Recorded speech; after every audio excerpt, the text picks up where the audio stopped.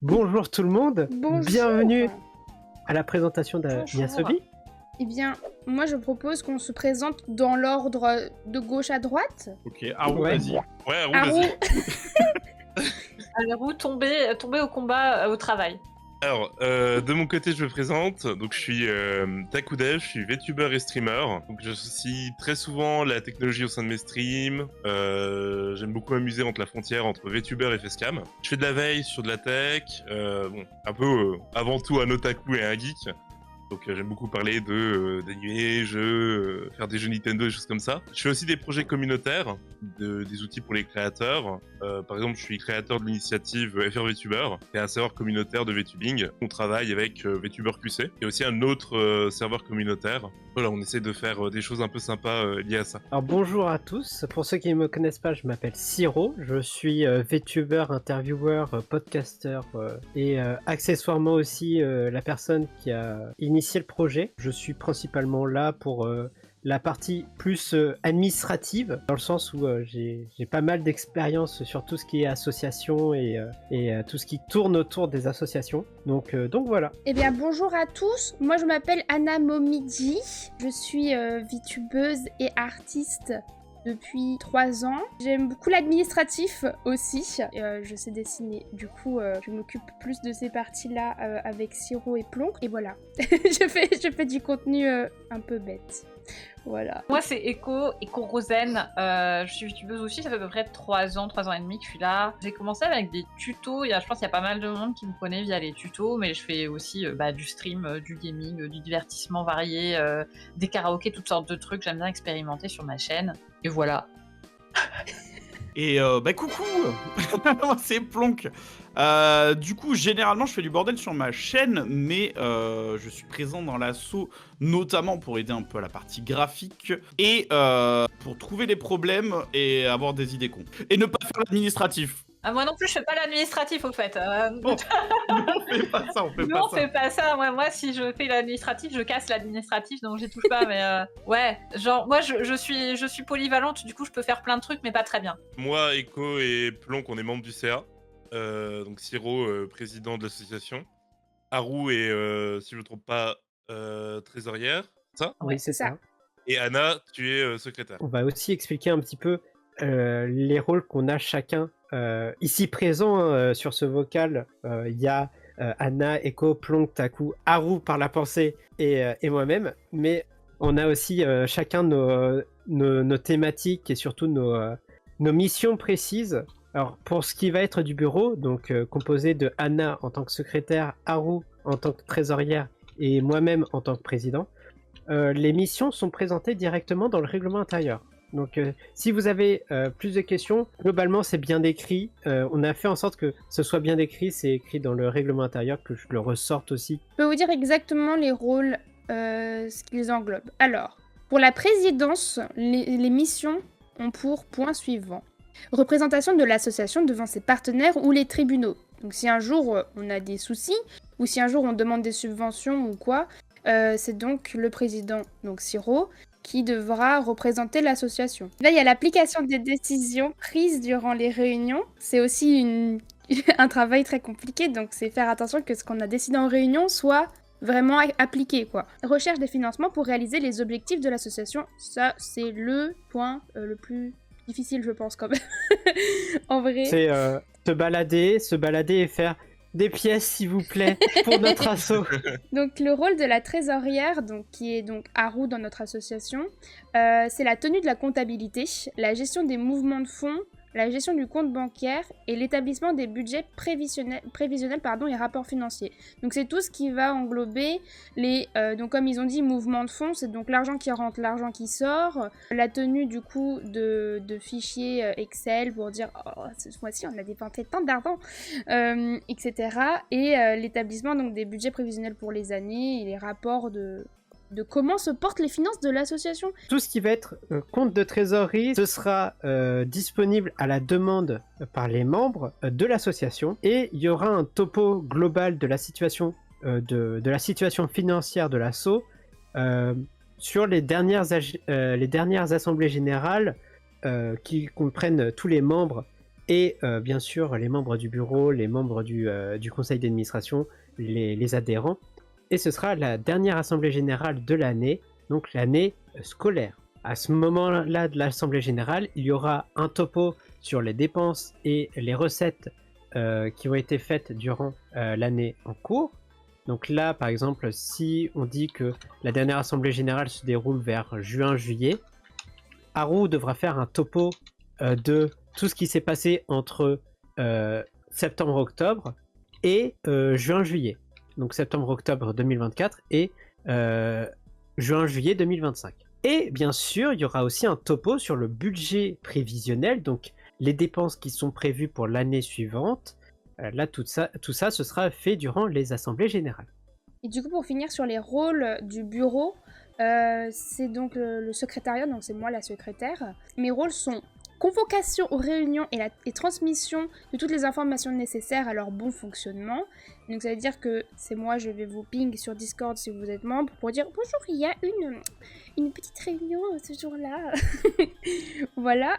Ensuite, il y a la rédaction des procès-verbaux, c'est donc des comptes rendus finalement de ces réunions. Et ensuite, il y a l'archivage et le classement de tous les documents indispensables à la vie de l'association. Donc c'est vraiment la paperasse, quoi. Globalement, Haru s'occupe de tout ce qui est argent, Anna s'occupe de tout ce qui est écrit, et moi je m'occupe de tout ce qui est demande de fonds, représentation. Aujourd'hui, c'est nous, le conseil d'administration, c'est Anna, Haru et Siro, le bureau, mais on est une association, c'est des rôles qui vont être remis en élection de manière régulière, en fait. Pour le coup, il n'y a pas de souci voilà, au niveau des élections, que ce soit des membres du CA ou du bureau.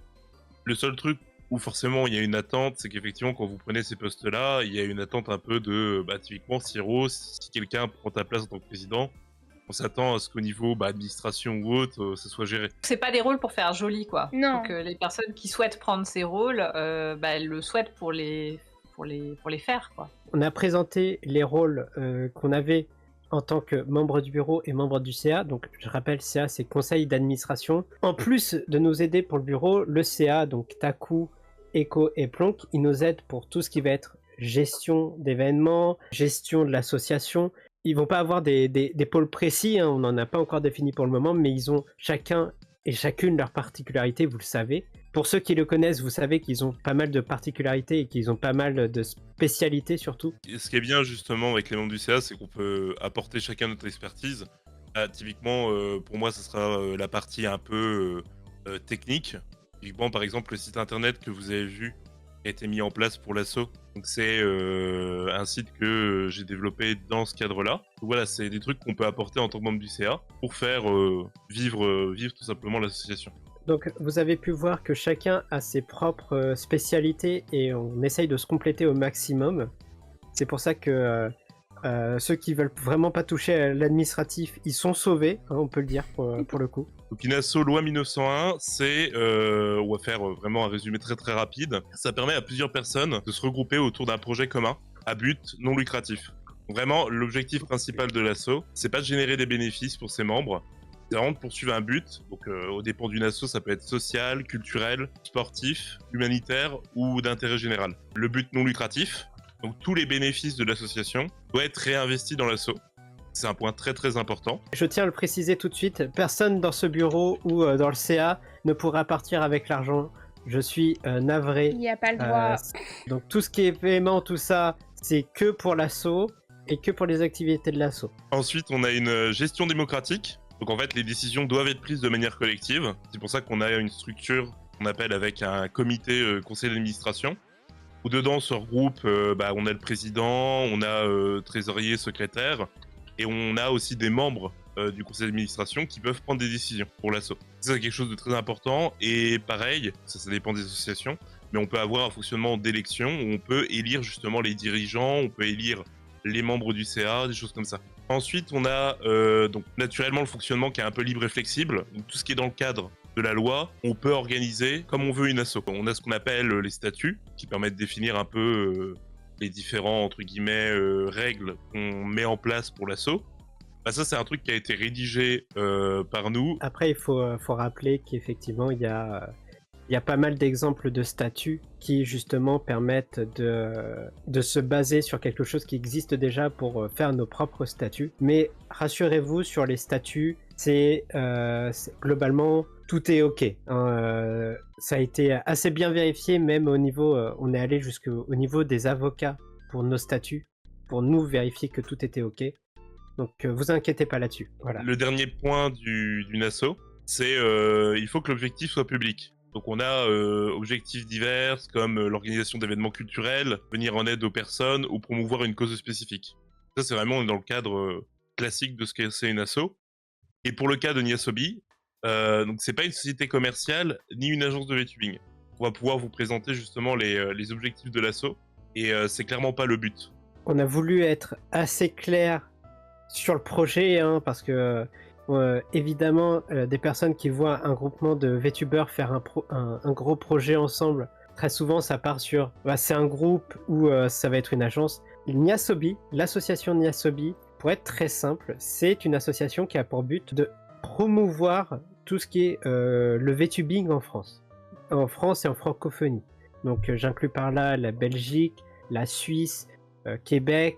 Si j'oublie d'autres pays, n'hésitez pas à les redire, mais c'est principalement les pays où ça parle français et où on a des VTubers qui sont francophones. À ce niveau-là, on a prévu pas mal de choses, que ce soit des participations à des conventions. Déjà, on peut remercier avant toute chose Herminaël pour notre participation à la convention de Vansekai Festival.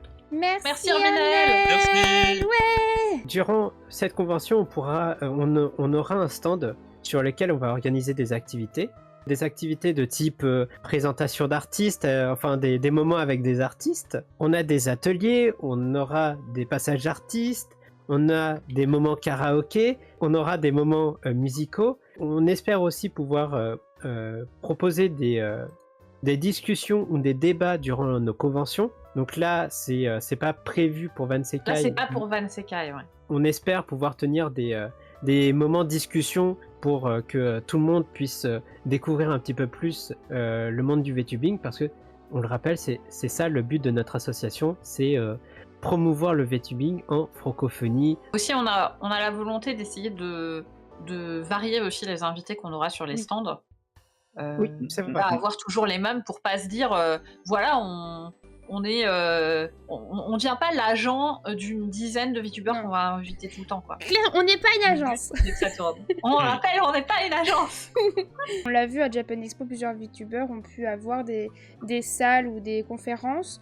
Mais nous, notre objectif, c'est de faire ça aussi, mais de réunir du coup plusieurs créateurs et faire plusieurs ateliers, plusieurs scènes, etc. dans le futur, quoi. On peut proposer plein de jeux différents, on peut proposer plein d'activités différentes, et c'est ça justement la force de l'associatif, c'est qu'on a possibilité, évidemment avec un peu d'orga et un petit peu de sous, de pouvoir proposer plein de choses différentes aux conventions. Je sais pas si certains d'entre vous connaissent les associations cosplay. C'est un truc qu'on peut mettre un peu en corrélation parce que c'est globalement le même objectif de mettre en avant le cosplay dans les conventions. Là, notre but, ce serait de mettre du coup le VTubing francophone en avant dans ces conventions-là. Les assos-là, en général, elles sont invitées par les conventions et ça, c'est un de nos objectifs principaux en vrai. Je pense le premier d'abord, de plus avoir à venir à nos entre guillemets frais, mais de pouvoir se faire inviter par la suite, ça serait incroyable déjà. Mais du coup pour ce faire, il faut qu'on ait d'abord des premières expériences en convention, qu'on mette de l'argent, qu'on dépense, qu'on se déplace, etc. Et tout ça c'est impossible tout seul. C'est impossible juste à 6. Ouais. C'est ça. C'est vrai que la partie convention est vraiment un des points centraux de Niasobi, sur lequel on voulait vraiment travailler et vous proposer quelque chose avec ça. En fait, c'est surtout que c'est plus efficace d'en parler à différentes conventions parce que chacun de nous, on a que des accès à des conventions, mais c'est proche de chez nous.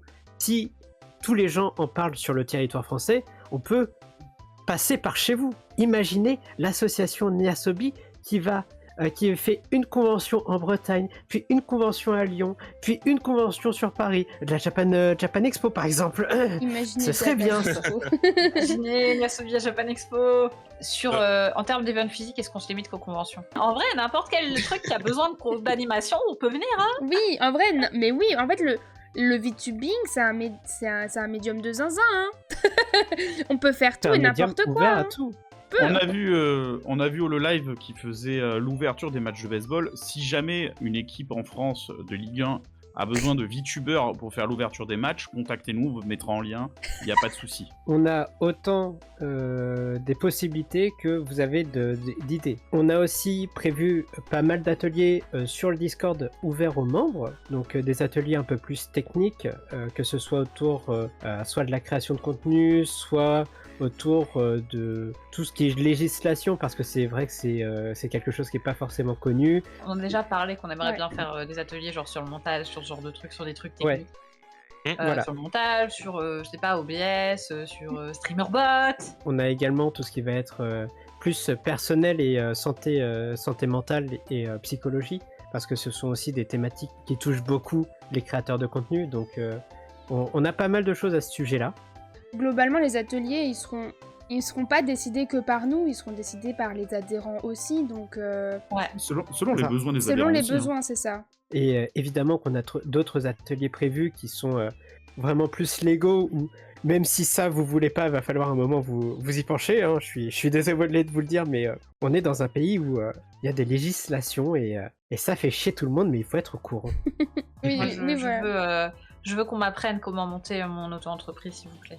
On a vraiment pas mal de thèmes divers et variés pour les ateliers pour les membres de notre asso. Et on a aussi prévu, on a en tête des événements pour le public de manière plus générale. Donc tout ce qui va être compétition de jeux, tout ce qui va être des serveurs de jeux. Hein, par exemple, on pourrait prendre en exemple le serveur Rust qu'avait organisé Plonk. Ça peut être un exemple de ce qui pourrait être proposé pour l'association. On pourrait aussi proposer tout ce qui va être support de contenu, parce que clairement, on essaye de mettre en avant le VTubing francophone. On va pas être les seuls à faire tout ça. On a plein de choses qu'on pourrait proposer, et il y a plein de choses que les membres pourraient proposer auxquelles on n'aurait pas pensé, ou auxquelles on n'aurait juste pas le temps d'organiser tout ça.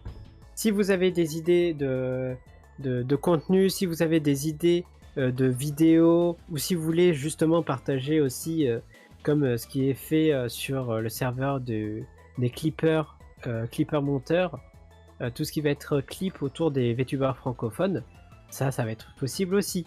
Le serveur Discord des membres de l'association sera aussi un serveur d'entraide sur tout ce qui va être questions techniques, questions artistiques. On veut faire en sorte que ce soit un serveur qui vive avec les membres de l'association. Le serveur, effectivement, il sera réservé aux adhérents, aux membres de l'association. C'est un peu une partie de la contrepartie, on va dire, qui est proposée. Vous rejoignez l'association et en échange, entre guillemets, vous aurez accès à plein d'événements, à du coup de l'entraide et des ateliers. Mais du coup, ces ateliers-là, ils ne seront pas publics. Ils seront sur le Discord des adhérents de l'association. Il y aura une partie publique sur le serveur de FR VTuber où vous pourrez voir les infos de Niasobi, mais il n'y a pas de partie publique sur le serveur de Niasobi. La partie publique sera sur FR VTuber. Ça a été décidé parce qu'on ne veut pas que ça soit le bazar. Il faut bien un endroit pour les membres, donc le Discord, ce C'est sera ça. pour Et les aussi- membres. Aussi, le serveur Discord, il servira à organiser les projets. Donc, Oui. c'est un endroit pour que les membres se rassemblent pour organiser des trucs. C'est pour ça que ça va pas être quelque chose de public. Le Discord de FR VTuber est ouvert à tout le monde, donc il y a aussi désormais une catégorie spécialement pour Niasobi. Ça va permettre de montrer à tout le monde ce qu'on organise et ce qu'on fait comme événement, et pouvoir évidemment attirer le plus de personnes possible pour devenir membre de l'association. Évidemment, l'association n'a pas de locaux à proprement parler. Vous vous doutez bien, vu qu'on est un petit peu tous pas mal éloignés, ce serait un petit peu con de prévoir tout ça de manière physique. On va mettre en place tout ce qui est AG du côté du Discord, justement. Donc ce sera toutes les AG seront organisées en virtuel. Donc sur Discord, on n'a pas encore prévu à 100% comment ça va s'organiser à chaque fois, mais on a le fonctionnement global des assemblées. On a prévu que ça se passera en vocal. On a prévu les tours de parole, comment ça va se gérer. Tout se passera sur le Discord de l'association. Au niveau des membres maintenant. Alors déjà, au niveau de l'adhésion, c'est 20 € à l'année. Donc on le répète à ce niveau-là, c'est 20 € par an. Vous n'avez pas à payer par mois, c'est une fois 20 € ou 15 € par an. Ce n'est pas un abonnement, c'est une cotisation. Oui, c'est ça. C'est pas pareil. On a aussi prévu, au cas où, pour les personnes qui sont un petit peu dans le mal financièrement, les 15 €. Donc il y a plusieurs catégories, vous n'avez pas besoin de justement nous expliquer ou de justifier de votre situation. Vous avez juste indiqué, je peux pas payer plus que 15 € pour l'année. Et nous, on te dit, ok, tu payes 15 € et c'est bon. Ça nous paraissait important d'avoir un tarif réduit, parce que tout le monde n'a pas le budget, et le fait de ne pas demander de justificatif, ouais, c'est aussi, on part sur la confiance, quoi. Évidemment, vu qu'on est une asso, on a aussi la possibilité que les gens nous donnent des dons, si jamais. L'argent des adhésions servira à couvrir quels frais? Alors, on a tout ce qui est frais bancaires, tout ce qui est frais assurance, les frais de déplacement qu'on devra voyager pour les conventions, les frais de déplacement, logement, tout ça.